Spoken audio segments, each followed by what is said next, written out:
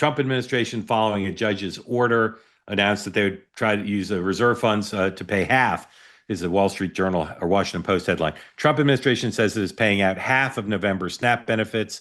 Not really clear how long this money will last or what this means, but it does take some of the political pressure off. Here's a couple of Capitol Hill titans. Here's Speaker Johnson responding. Number 2, please. In these elections, maybe after tomorrow, they'll come to their common senses again and do the right thing. We certainly pray that is true, and Republicans will be on the job every single day, serving our constituents, helping guide them through the chaos that the Democrat shutdown has created, and praying that they do the right thing and stop making the American people suffer because of this nonsense. Thank you. All right, here is Chuck Schumer from the other side.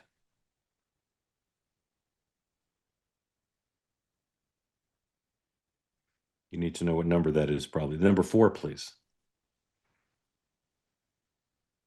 So, Mr. President, last Friday, the court spoke loudly. They spoke clearly. Donald Trump cannot block SNAP benefits and treat hungry Americans as political pawns. The stories from the weekend were shameful, sickening. People overwhelming food banks, handing out groceries in lieu of Halloween candy, teachers paying out of pocket to give their students extra food.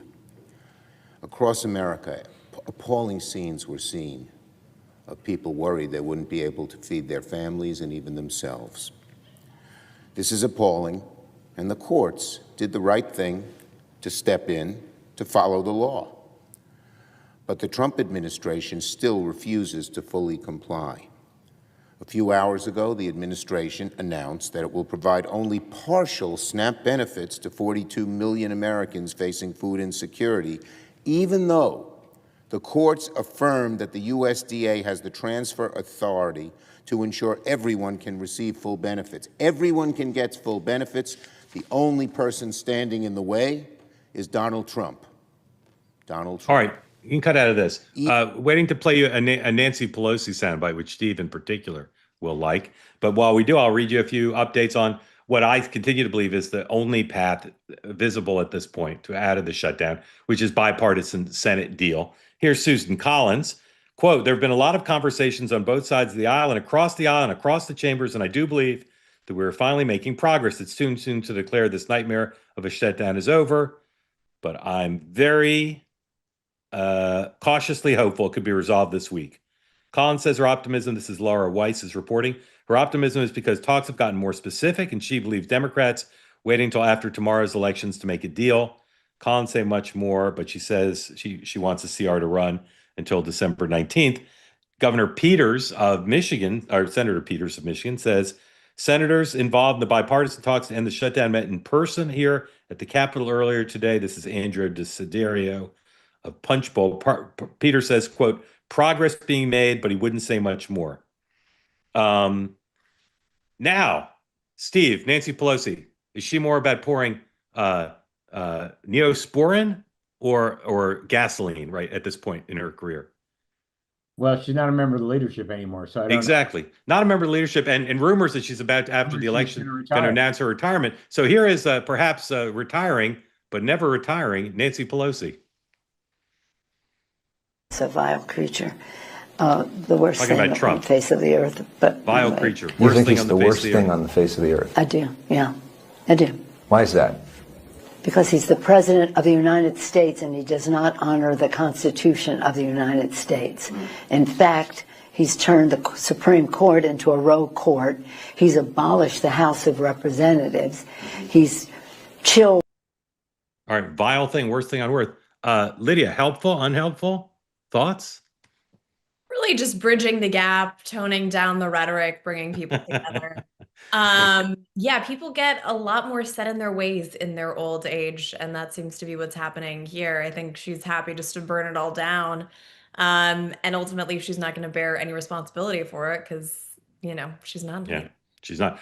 Matt, Steve, Peters, Collins seem hopeful, optimistic, while Schumer's and the speaker less so. Matt, are we headed towards a settlement, do you think? I think we are. I really couldn't give a crap what Nancy Pelosi says. I think she's, as of now, when she left the speaker's office, she became irrelevant. And when Trump got office, she was more irrelevant. So I don't really care as much now. I think you're right. I think the general sense here is that after the election, there's a path to get this wound down.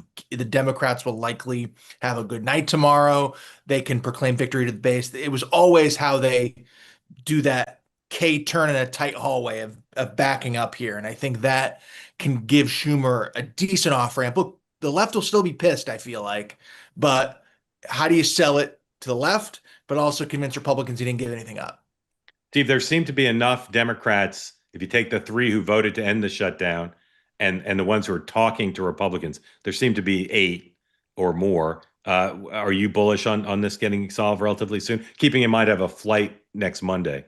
Well, I think there's a timing problem in that they have to resolve what Senator Thune said today. If they resolve it, they have to change the date of the CR, which means the House has to come back. So I don't think it's going to get resolved this week. I think it could be some outlines of a deal this week and then voted on through next week. And you also have Veterans Day. But, Mark, I think the fundamental problem with this shutdown, and I was in government for 2 shutdowns under President Clinton, is that people aren't here of both parties, both sides. I think, when we had shutdowns before, everybody was here, the president was here.